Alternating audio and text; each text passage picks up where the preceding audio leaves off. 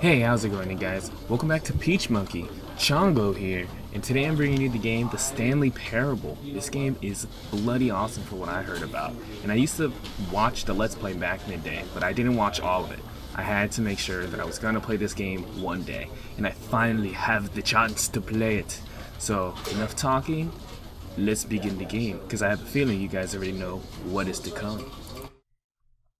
I already have a narrator, or there's someone that's going to be narrating my life. In long story short, let's make it like that.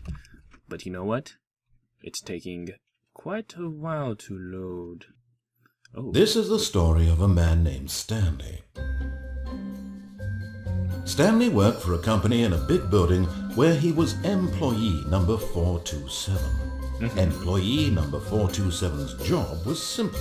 He sat at his desk in room 427 and he pushed buttons on a keyboard. Orders came to him through a monitor on his desk, telling him what buttons to push, how long to push them, and in what order. This is what employee 427 did every day of every month of every year. And although others might have considered it soul-rending, Stanley relished every moment that the orders came in, as though he had been made exactly this job, and Stanley was happy. That sounds like a depressing life. And then one day, something very peculiar happened. Something that would forever change Stanley. Something he would never quite forget. He had been at his desk for nearly an hour when he realized that not one single order had arrived on the monitor for him to follow. No one had showed up to give him instructions, call a meeting, or even say hi.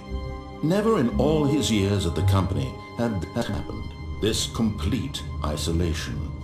Something was very clearly wrong. Shocked, frozen solid, Stanley found himself unable to move for the longest time. But as he came to his wits and regained his senses, he got up from his desk and stepped out of his office. Out we go. Yes, where's everybody? All of his co-workers were gone. What could it mean? Stanley decided to go to the meeting room. Perhaps he had simply missed a memo. No matter how hard Stanley looked, he couldn't find a trace of his co-workers. Are you in here? No, you're not. Well, I guess everybody left, leaving me alone. You must tell me where they are. Are they... Is this the meeting room? Oh, I guess it's locked. So all the employees are gone, but they decided to lock the doors, and they did not want to inform me about it. That's cool. That's cool. I didn't have to go to the club with them. That's fine. Oh, still no luck. Let's go to the meeting room. Oh, so I love how some of them just left the drawers out all open and there's shit all over the floor. It seems like there was a disaster going on, but yet they were gentle about it. I should be narrating this as well, but I cannot. Can I narrate? That's the thing. Narrator, where are you? When Stanley came to a set of two open doors, he entered the door on his left. What if I wanted to go to the one on my right? Let's go This through was here. not the correct way to the meeting room, and Stanley knew it perfectly well. Perhaps he wanted to stop by the employee lounge first, just to admire it. Yes. I want to go the route that I want to go. Yes, truly a room worth admiring. It had really been worth the detour after all, just to spend a few moments here in this immaculate, beautifully constructed room. Can I Stanley simply stood here, drinking it all in. I'm not actually drinking it, but I want to drink it. How dare you, narrator? You have told a false accusation. Or you can... Yes, really, really worth it being here in the room. A room so utterly captivating that even though all your co-workers have mysteriously vanished, but eager to get back to business, Stanley took the first open door on his left. Well, let's continue. Should I go forward or left? Fuck the narrator, I am my narrator, I will go forward. Stanley was so bad at following directions, it's incredible he wasn't fired years ago. Damn, I see how you are, man. I was always known as a troublemaker. I don't like following directions. What direction is there to follow but my own? Ooh. So, where do I exactly work? Do I work at... Look, Stanley, I think perhaps we've gotten off on the wrong foot here. I'm not your enemy, really, I'm not. I realize that investing your trust in someone else can be difficult, but the fact is that the story has been about nothing but you all this time. Yes. There's someone you've been neglecting, Stanley. You! Someone you've forgotten about. Please, stop trying to make every decision by yourself. Now, I'm not asking for me, I'm asking for her. Oh, who's for This her? is it, Stanley. Your chance to redeem yourself. To put your work aside. To let her back into your life. She's been waiting. Hey, is she in that room over there? Because if she's in that room over there, it can be either A, she's going to kill me, or B, she's going to kill me. I did not fuck up now, did you see? Oh, shit. That's her, Stanley. You need to be the one to do this.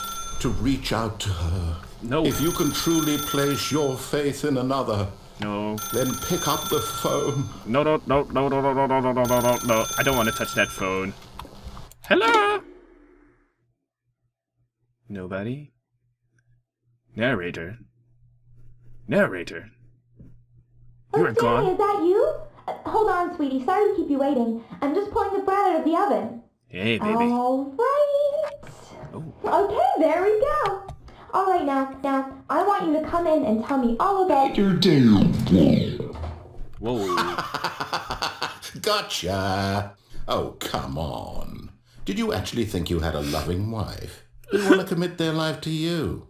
I'm trying to make a point here, Stanley. I'm trying to get you to see something. Come inside. Let me show you what's really going on here. Well, you know what? Fuck you too. Because you're messing with my emotions, man. I do not like that. This is a very sad story about the death of a man named Stanley. Oh, shit. Good morning, employee. Press F4 on your keyboard. F. Stanley is quite a boring fellow.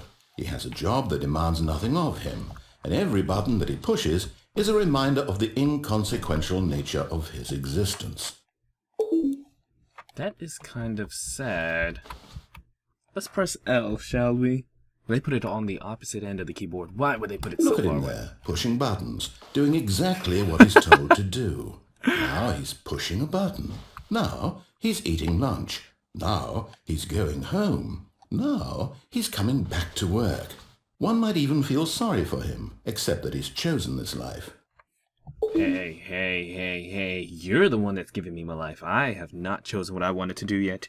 You have lied to me, playing with my emotions. But in his mind, he can go on fantastic adventures. From behind his desk, Stanley dreamed of wild expeditions into the unknown, fantastic discoveries of new lands. It was wonderful. And each day that he returned to work was a reminder that none of it would ever happen to him. That's oddly depressing.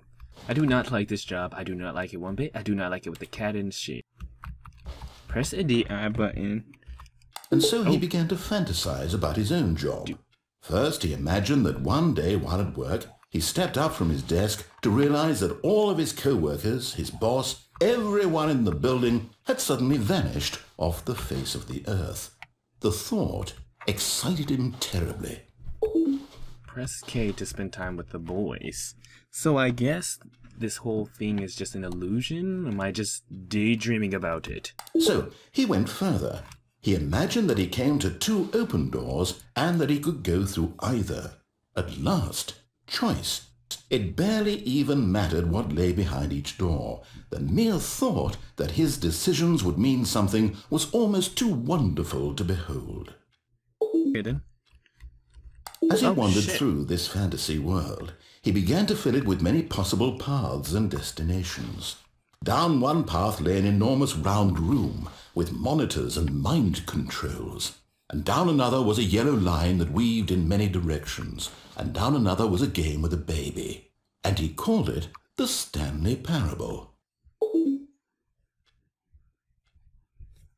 Please press 1 to tell your kids a story. Tell my It was kids a such a story. wonderful fantasy, and so in his head he relived it again, and then again, and again, over and over, wishing beyond hope that it would never end, that he might always feel this free. Surely there's an answer down some new path, mustn't there be? Perhaps if he played just one more time. Alright then, I guess you have your reason. Press U1. You make my life sound very horrible. But there is no Oh, answer. shit. How could there possibly be? In reality, all he's doing is pushing the same buttons he always has. Nothing has changed. The longer he spends here, the more invested he gets. The more he forgets which life is the real one. Ooh. Isn't that the life of every artist? We forget the life that we're placed into. And I'm trying to tell him this. That in this world he can never be anything but an observer. That as long as he remains here, he's slowly killing himself. But he won't listen to me. He won't stop.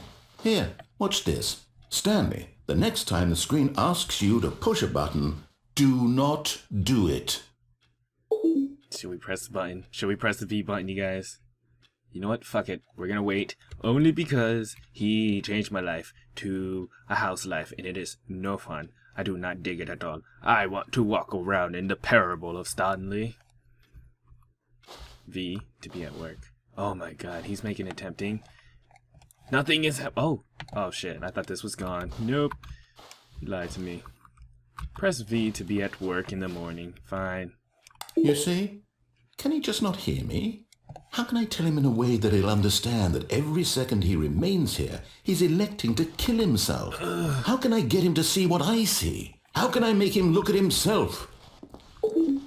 Question nothing is that you need to talk to me more properly. You're giving me too many options. I don't like too many options. Or do I? Alright, press the number 6, and we shall press number 6. I suppose I can't. Not in the way I want him to. But I don't make the rules. I simply play to my intended purpose, the same as Stanley. We're not so different, I suppose. I'll try once more to convey all this to him. I'm compelled to. I must. Perhaps, well, maybe this time you'll see. Maybe this time. Oh shit. And I tried again. Please. And Stanley pushed a button. And I tried again. And Stanley pushed a button. And Oh shit. Well, I guess we played, let's say, kind of a prequel to Stanley. I had no choice at the end. If you go the wrong room, he tells you, you die. You die. That's a fun way to start it off.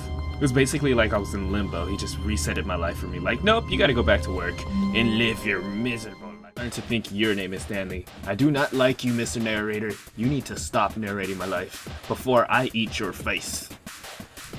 But alright, you guys, let's say this game is getting us somewhere. It's pretty interesting, pretty fun. I will consider this a prequel to the Stanley. So if you guys want to sit around and watch the rest, stay tuned for Peach Monkey Gaming, and I have much more to bring you this Let's Play. Alright guys, in and out with Chongo, and see you in the next one.